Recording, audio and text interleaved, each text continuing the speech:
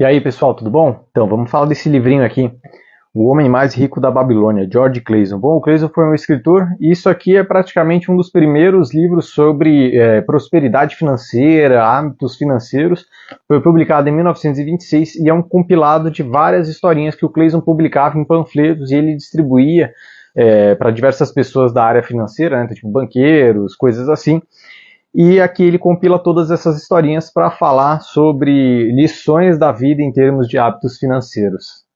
O livro foi publicado em 1926, então já tem praticamente 100 anos, e não é à toa que ele é um dos livros mais famosos para as pessoas que estão tendo a primeira experiência, o primeiro contato com alguma coisa sobre vida financeira, sobre hábitos financeiros.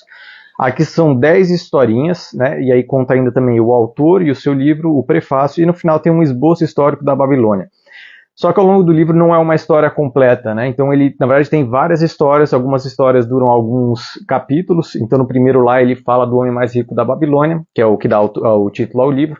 E ele fala de um cara que ele era o mais rico da Babilônia, e aí tinha outros dois amigos dele que ficavam se perguntando de, bom, como é que eles estavam sempre fodidos na vida, né? Não tinham dinheiro para fazer as coisas.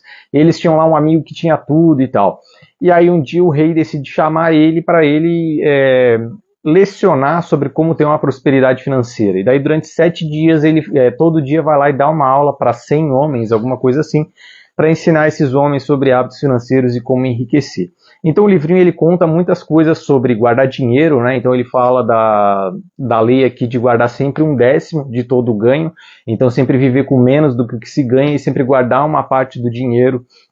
Ele fala aqui sobre fazer investimentos que tem um retorno real, onde a pessoa tem a segurança daquilo. Ele conta a historinha do cara aqui que vai lá dar dinheiro para um cara que compra joias da Índia, alguma coisa assim, só que o cara que vai comprar joias, ele não entende de joias, então ele é enganado pelos outros e o cara perde dinheiro. Então ele fala sobre colocar dinheiro na mão de quem vocês sabem que entende do assunto, né? Ou naquilo que vocês tenham conhecimento.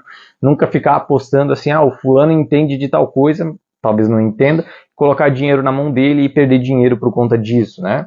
Ele fala que é a questão dos luxos, ele fala também sobre o valor do trabalho, tem até uma história aqui que conta um cara que ele era escravo e depois virou lá um dos caras super ricos, aí ele anda de caravana e tal, e ele tinha um amigo que era escravo também, mas esse amigo já morreu, e aí agora ele anda com o neto desse amigo que faleceu. E o neto dele é um menino todo pomposo, que só quer saber de usar roupa cara, de usar joias e tal. E aí ele se sente na obrigação de ajudar o menino porque o menino é neto do cara que era escravo lá, que era amigo dele.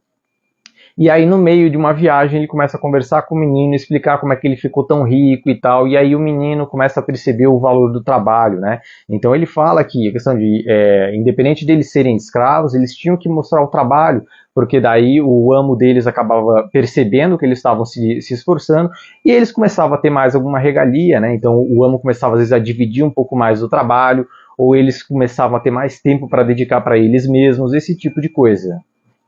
Ele fala também sobre buscar a sabedoria antes da riqueza, que é isso que nós falamos hoje também, né, sobre profissionalização, especialização, eu investir em conhecimento, né, ler, estudar, fazer curso, enfim, para eu melhorar a minha capacidade profissional e dessa forma eu poder cobrar mais por aquilo que eu faço, então as minhas possibilidades também aumentam.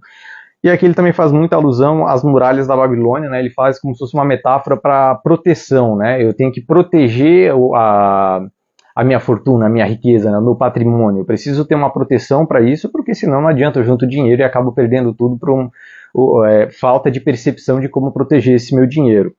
Aí aqui no final ele tem um capítulo chamado As Tabuinhas de Argila da Babilônia, que ele conta que os arqueólogos acharam essas tabuinhas na Babilônia que ensinavam os hábitos financeiros. E aí o cara manda para um colega que é professor numa universidade lá e ele tá meio ruim de dinheiro e aí ele e a mulher decidem começar a aplicar aquelas lições das tabuinhas e a vida financeira deles melhora lá consideravelmente. E o último capítulo é um esboço histórico da Babilônia, porque a Babilônia foi uma cidade aí extremamente próspera, eles eram muito desenvolvidos tecnologicamente, então eles viviam praticamente do rio Eufrates, né, construíram canais enormes, eles não tinham ouro, prata na região, mas mesmo assim eles conseguiram desenvolver muita coisa, era uma cidade que resistiu por muito tempo, e muita gente queria ir para lá por conta dessa prosperidade, mas a cidade acabou tendo uma queda também depois, né.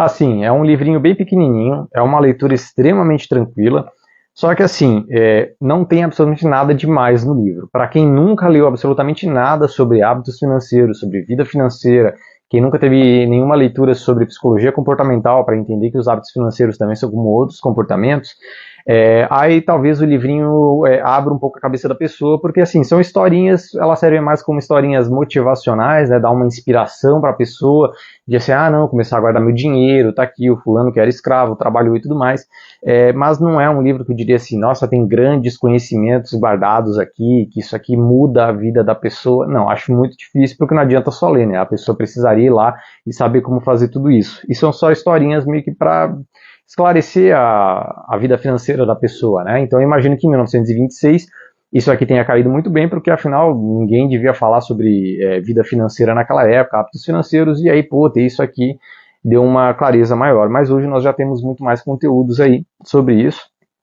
Então, assim, fica a recomendação para quem está começando leitura sobre hábitos, sobre questões financeiras, talvez o livrinho possa, sei lá, dar uma luz para a pessoa começar a querer ir mais atrás, tá? Mas fica aí para vocês.